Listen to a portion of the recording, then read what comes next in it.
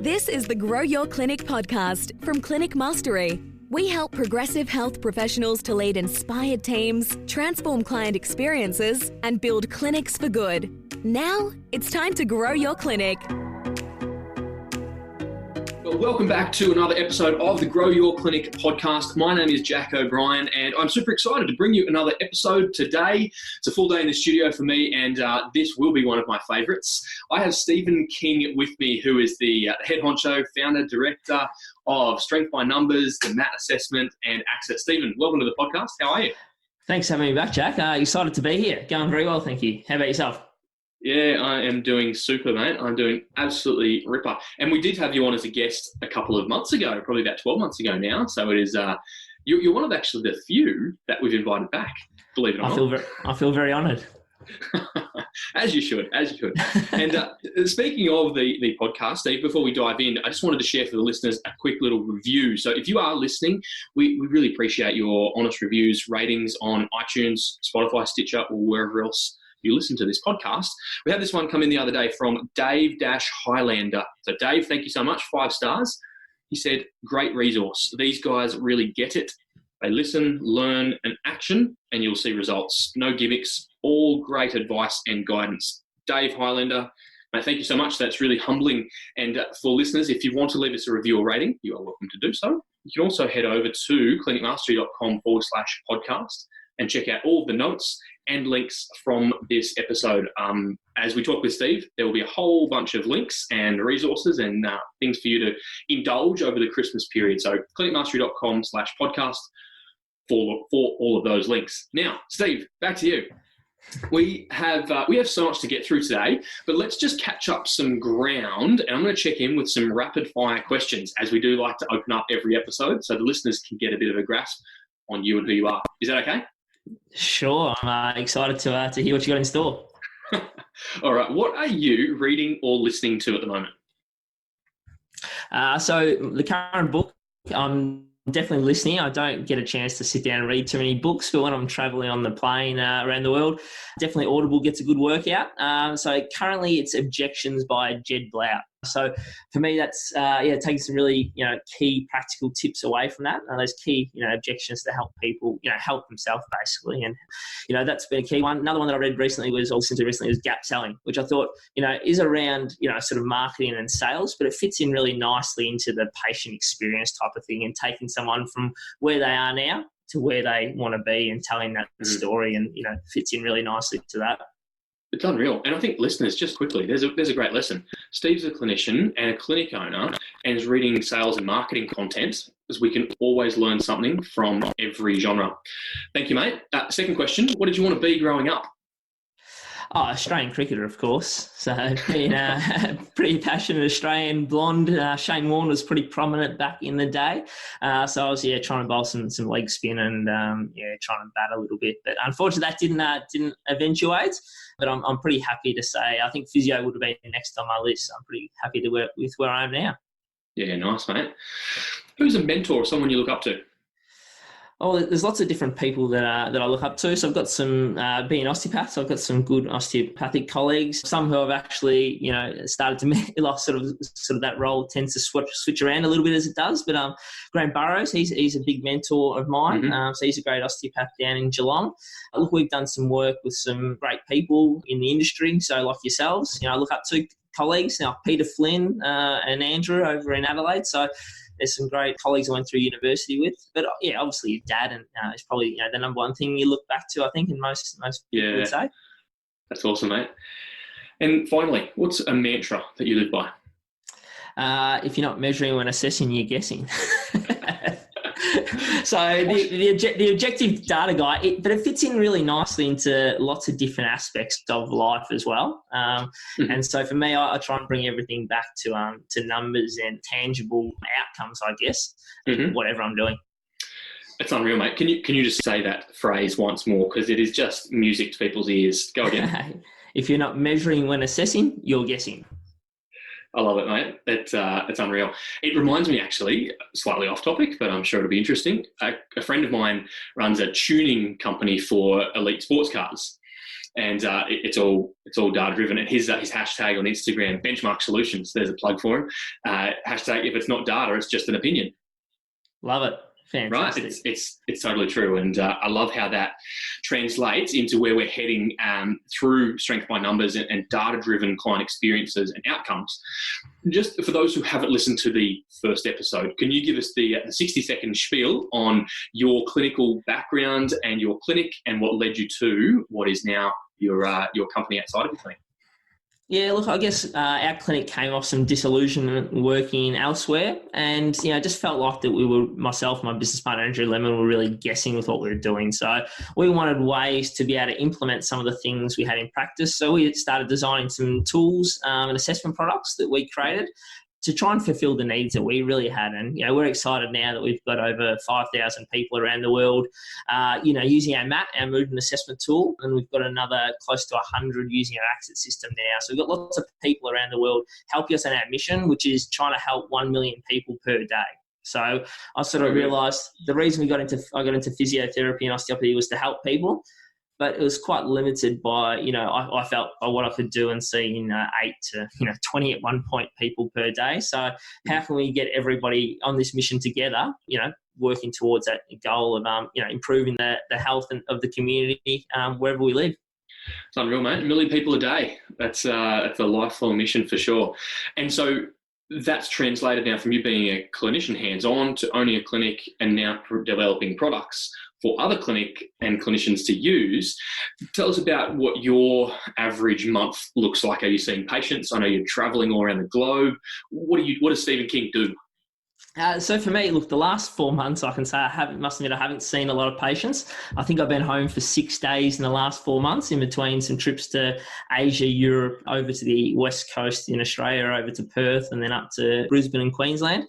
But I still do love, seeing patients and clients. And I think every good idea and, strategy comes from doing that. So I still get in there 1 day a week. But between that, I'm obviously, chatting with some of our users with our Strength by Numbers AxIT system, running MAT courses, sit on some boards and committees at the APA and the Physio and the Osteo Association as well. So, wear quite a few hats, I guess. Yeah, love it. Good on you. Do you find that juggle difficult? Definitely. So, look, it's something is still refining a process, I guess. But as we start to build up a big team around us, everything, and get a lot of people working on this mission together, it's becoming a lot easier and a lot clearer. And as we develop, and continue to, evolve our skills in business as well, it's not something where we were taught going through university. So it's all stuff that, we're learning along the way. And I'm sure that you guys are quite the same. Yeah. I love how you touch on there. It really is a skill. Business ownership and leadership is a skill that needs to be learnt and refined, and it's a lifelong journey. But I know I'm on a similar journey around looking to create millions of impacts around the globe through giving, and to be able to achieve helping 1 million people a day through your vision. You can't do that with your own two hands or with even just a local team. It's a movement, an army of people that need leaders, and that's unreal that you're on that leadership journey. So as we look back to your passion around data and assessment and not guessing, talk to us around what the AxIT system is and how it came about. Look, it came about that we were utilising a lot of technology in our own business. So we obviously had our own map, but we had some in-ground force plates, some portable force plates. We had some different sensor and wearable technology that we were using, some dual camera video analysis technology, and lots of other, measurement devices, basically. For us, again, we want to make sure that, we're getting people and helping, engage them towards their goals. But we found it all took a long time to set up. It was really clunky. And the data that it was outputting, you had to be a data scientist to interpret. So for us, we went out and started to evolve some of the technology that we were using, as well as create some new technology to be able to quickly, simply and easily get objective data that's actionable and understandable for the people that we work with. So the system we've got our Stompit devices, which are some force plates. We've got our Push-It device, which is our handheld dynamometer with a little bit of a twist to help make it more accurate and reliable than your traditional handheld dynamometers. And then we've got our pullet device, which allows us to measure concentrically and eccentrically. So together with all of those, we can measure any muscle or movement in the body that you want to measure with your patient or client that's going to help them get towards their individual needs, wants, or goals. It sounds like, as I listened to that, there was a couple of different problems that needed to be solved, or at least they were being solved in isolation, but it wasn't a comprehensive solution. So, I think about all the different tools and tech that you were talking about that you were already using. What was your biggest frustration around having a multitude of devices? The time to set up. So a lot of the technology would take 5 to 10 minutes to set up. So when you're in there with a client running the session, that one loses a lot of the engagement, the communication, something that you guys are very big on, the interpretation of the data. And it was okay while it was just myself and my business partner, but especially as we started to grow the team, it became really hard to get everyone delivering the same quality of service, the same assessments, and interpret the data in a way they could communicate and then communicate it to the clients they were working with. So that was our biggest frustration probably. So we wanted something and to design a system that our clients could understand to really engage them in the process, because if we're not engaging them in the process, they're not going to stay with us to achieve that goal that they've come to seek us for. Yeah, it's so true. And I think it's a huge barrier across all different technologies in a clinical setting, whether you're maybe a speech pathologist or a psychologist looking at telehealth or an OT and all the different tools that and resources that an OT can use, through to some of our more exercise-based manual musculoskeletal therapies. That tech is a wonderful concept, but it's often quite clunky in practice, which is ironic. That's awesome, mate. Thank you for sharing. I think this concept of data-driven healthcare is becoming more and more prevalent as there's an evolving insurance framework, let's call it, and really a drive from third-party funders or government bodies or even private patients themselves to be led by numbers and objective data. It's quite a challenge for us as therapists to incorporate that into our day-to-day clinical life. You mentioned a minute ago around needing to be a data scientist to interpret all this objective stuff. How have you made data simpler to use in a clinical setting? Yeah, look, I think you touched on a couple of points there. Look, a lot of this technology, you did need to be a data scientist working either in elite sports and have that as your sole focus, or working in a university, doing some research studies and stuff there, because this technology wasn't affordable for those people. And the data you needed to export into an Excel spreadsheet and then put it through all the different algorithms and different sort of statistics programs. Whereas we just wanted to give one or two key metrics based around each of the tests, which then you can then go and action something straight off the back of to, start to improve that deficit or thing that you found through that. So I think the industry, as you mentioned, is definitely changing and evolving. The insurance thing is a big, thing which I think we need to be considering over the next 5 to 10 years, especially given that, countries like the USA are already, very driven by that outcomes-based approach and funding. So I think it's something we need to consider going forward too. You also touched on accuracy and how some of the AxIT tools can be more accurate. Why does that matter? Obviously, if you're using it and then your client goes and sees someone else, you want to make sure that they can actually tell whether they've made an accurate improvement or not, or a meaningful improvement or not. So for us, we know that the traditional measures that were being used weren't that reproducible. So we really focused hard on standardizing the protocols. If you go and have a look at the research and look at the protocols for, it's even something as simple as a jump. There's, multiple different protocols in lots of different research studies on how to perform these things. So we went out and we tried to handpick the best out there, the ways we can standardize it, so that at least we've got everyone who's using our technology and our systems collecting the same accurate, measurable data, which where then hopefully we can start to use that data to create better outcomes for the people we see in our communities. Absolutely. So, and I love that outcomes and how you've been able to blend outcomes and experiences, which is our bread and butter. It's what we love. Tell me, how does then data help to improve the patient's experience? Obviously, they can see like the value they can get the better buy-in into the process and better. I guess the thing that clients really sort of struggle with is that inability to understand a lot of the technical jargon and words that we can often use, or not have that particular endpoint or something they're striving to. And I was having a conversation with one of our team members today about, resetting those goals each time and showing people what they can do, rather than I think a lot of our training was more set up to show people what they couldn't do. We were taught to perform a lot of these particular tests and, okay, that's a positive, you can't do that.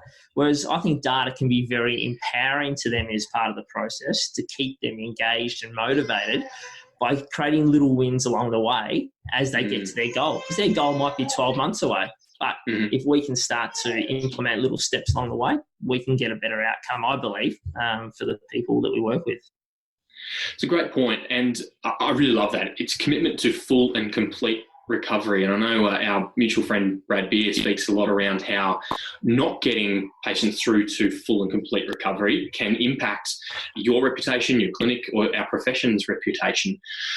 Steve, let's shift gears. Let's talk a little bit about the commercial realities of technology, and it requires investment, right? There's often an investment element to it.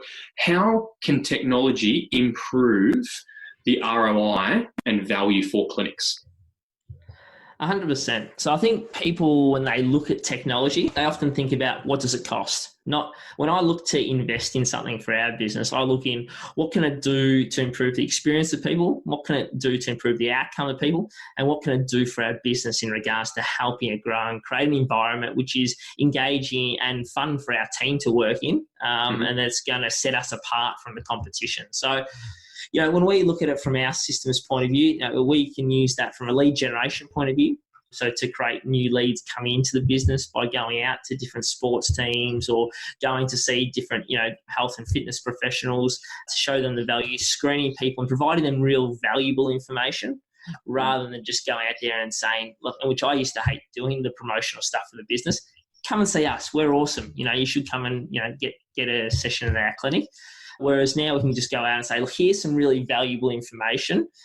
If you're having some issues, come in, we'll work with that. If not, what you do, you've got this information. If you want to, seek some improvement down the track, come and see us. From a retention point of view, we've already spoken about the engagement. It can really help drive the business and growth through that, which is something we're all striving to do to make sure people do get to that goal. And then also from regards to creating new and offering new premium services. So for us, new premium assessment and training services that no one else can offer, driven by that data and that engaging, software and intuitive software to create a point of difference around that as well. It's awesome, mate. It does mean that clients are engaged for longer, they get better value, and by reflection of that, it increases the value for the clinic. Let's touch a little bit on data, because I think probably as health professionals, we're all data geeks and we can end up in that analysis paralysis place with too many data points and managing all of that information. Can you talk to us around some of the evidence around using data and how you've seen some practical examples of clinics using it well? Yeah, so there's lots of people who are using it really well. There's lots of examples there, but the evidence around using data, look, it's growing and growing. This evolved, I guess, first from our MAT experience and starting to see a lot of the research around, as a term that some people don't like, that injury risk reduction, I guess, and some of the research coming out. And, we know on tests, for instance, like the star excursion balance test, if you're greater than 4 centimetres difference between sides, you're 2.5 to 4 times more likely to potentially go on and get an injury. Not saying that you're going to get an injury, but there's an inherent risk that we know that we can, by putting some sort of things into place, we can help to minimise that. And that's the same when we're looking at strength and power and these type of things. And this technology, in particular in regards to the AxIT system, has been used in, elite sports and universities and research for over 50 years now. I was actually reading a paper back to the 1960s last night. Wow. But it hasn't been accessible and it hasn't been affordable for people and hasn't been user-friendly for people to be able to use with their clients and provide meaningful data, I guess. And that's what it comes down to. You can collect as much data in the world as you like, But if it's not meaningful, it's not really going to help someone achieve their goals. So it's got to have context. What is meaningful data then? So it's got to be context driven, I guess, and what's based around the capacities that they need to achieve their individual needs, wants, or goals. So, what level of flexibility do they need to achieve their goals? What level of strength? For instance, if you've got an older client coming in who's in their 60s and they're just doing their day-to-day stuff, but they still got stairs in their house. When they're walking up the stairs, they're putting 1.2 to 1.3 times their body weight through their leg each time they step.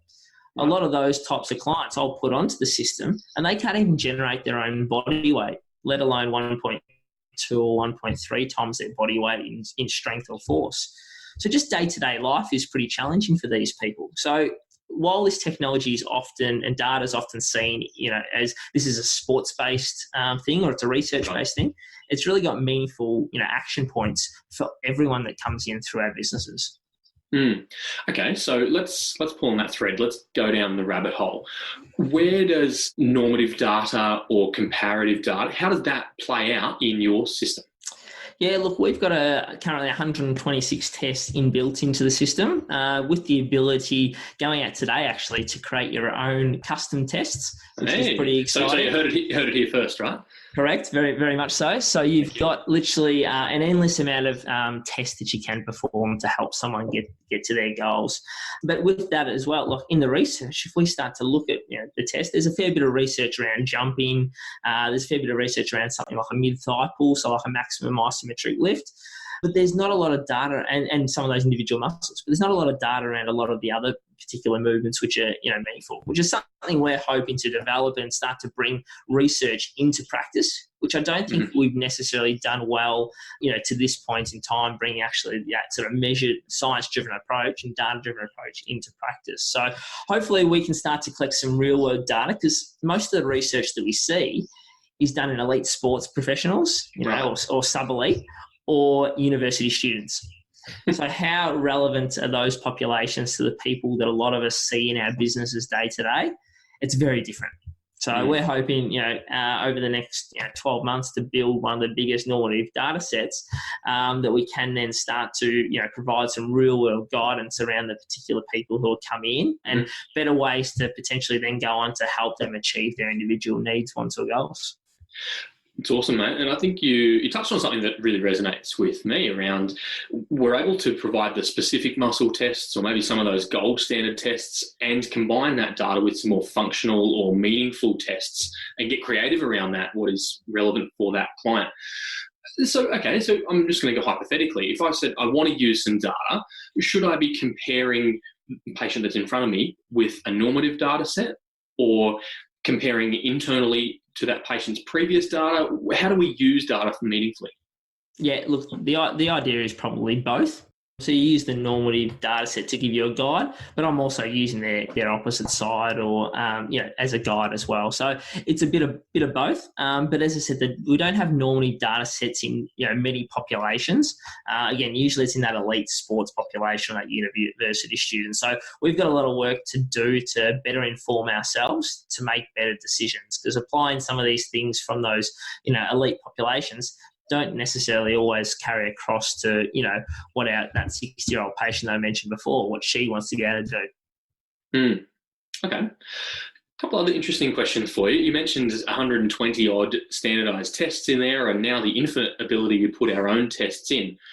One, how do we know what tests to do? And two, how do we know how to do them properly? It might have been a long time since we've been at uni, or there's so many different YouTube variations of these tests. So how many should we do in an assessment, and how do we know how to do them properly?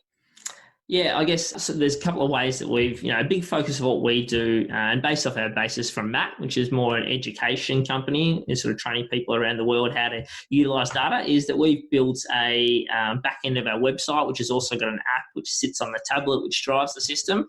There's about 150 plus videos on there of how to perform the tests, how to interpret and understand the data, how to implement it into your business and get your team utilising it as well. So we come at it from lots of different aspects. We run webinars from a business point of view each month to really help engage, where we sort of have some key focus that we want to talk about that month, as well as opening up for questions around that.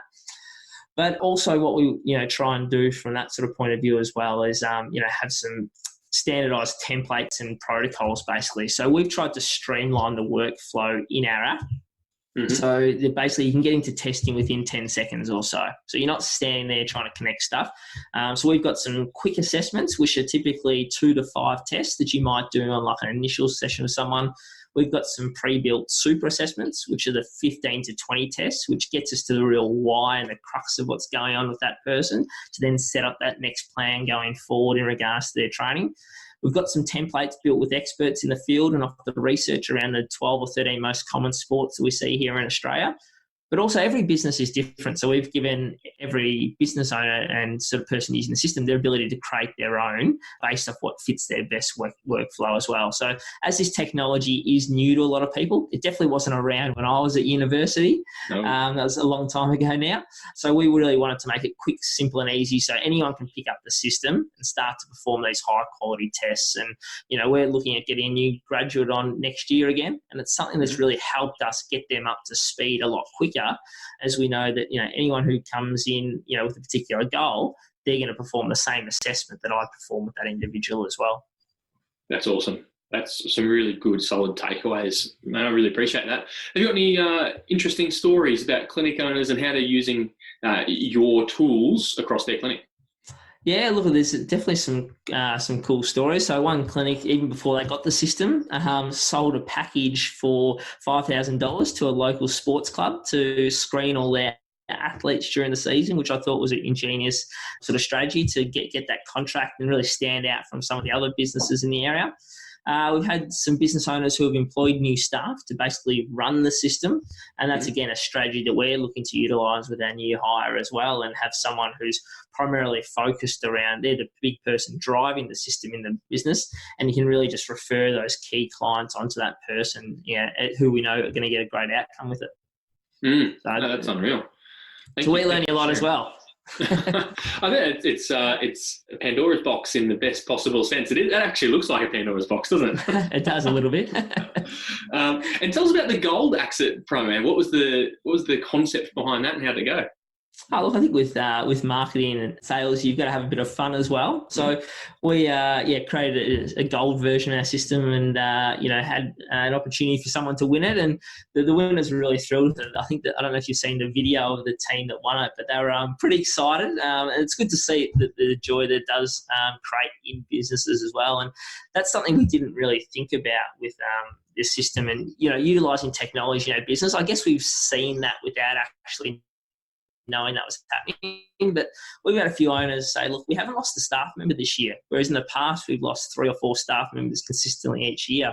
And they've put it down to, we think a big part of that is having some of this new engaging technology that they know if they go elsewhere they're not going to have, but it's also reinvigorated their sort of practice, I guess, and the way that they manage their clients. So that was really exciting to see that it is changing what people do. So that's we're really excited to see how it continues to evolve, and the changes, the great results people are getting in their communities. So good, mate. I think listeners will really appreciate you sharing a lot of the backstory of the system and how we can integrate data to create more meaningful experiences for our clients and really drive towards outcome-based healthcare in a way that makes sense and is practical in the private practice landscape of really nurturing our clients. So thank you so much for sharing. If someone's interested in learning more about your journey or the Strength by Numbers framework, where should we go to check that out a bit more, mate? Yeah, look, probably the easiest place to head is to strengthbynumbers.com. So you can check out the AxIT system there.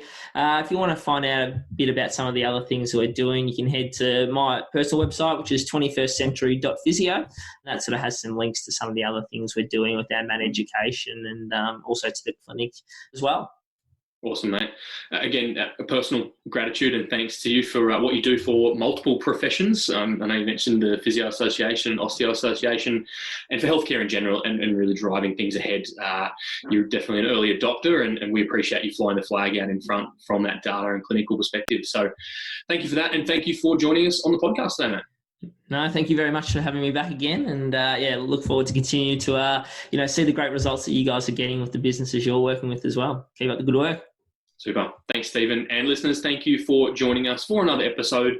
As we mentioned at the top, you can head over to clinicmastery.com/podcast for all of the links, the show notes, and everything that we've mentioned in this episode.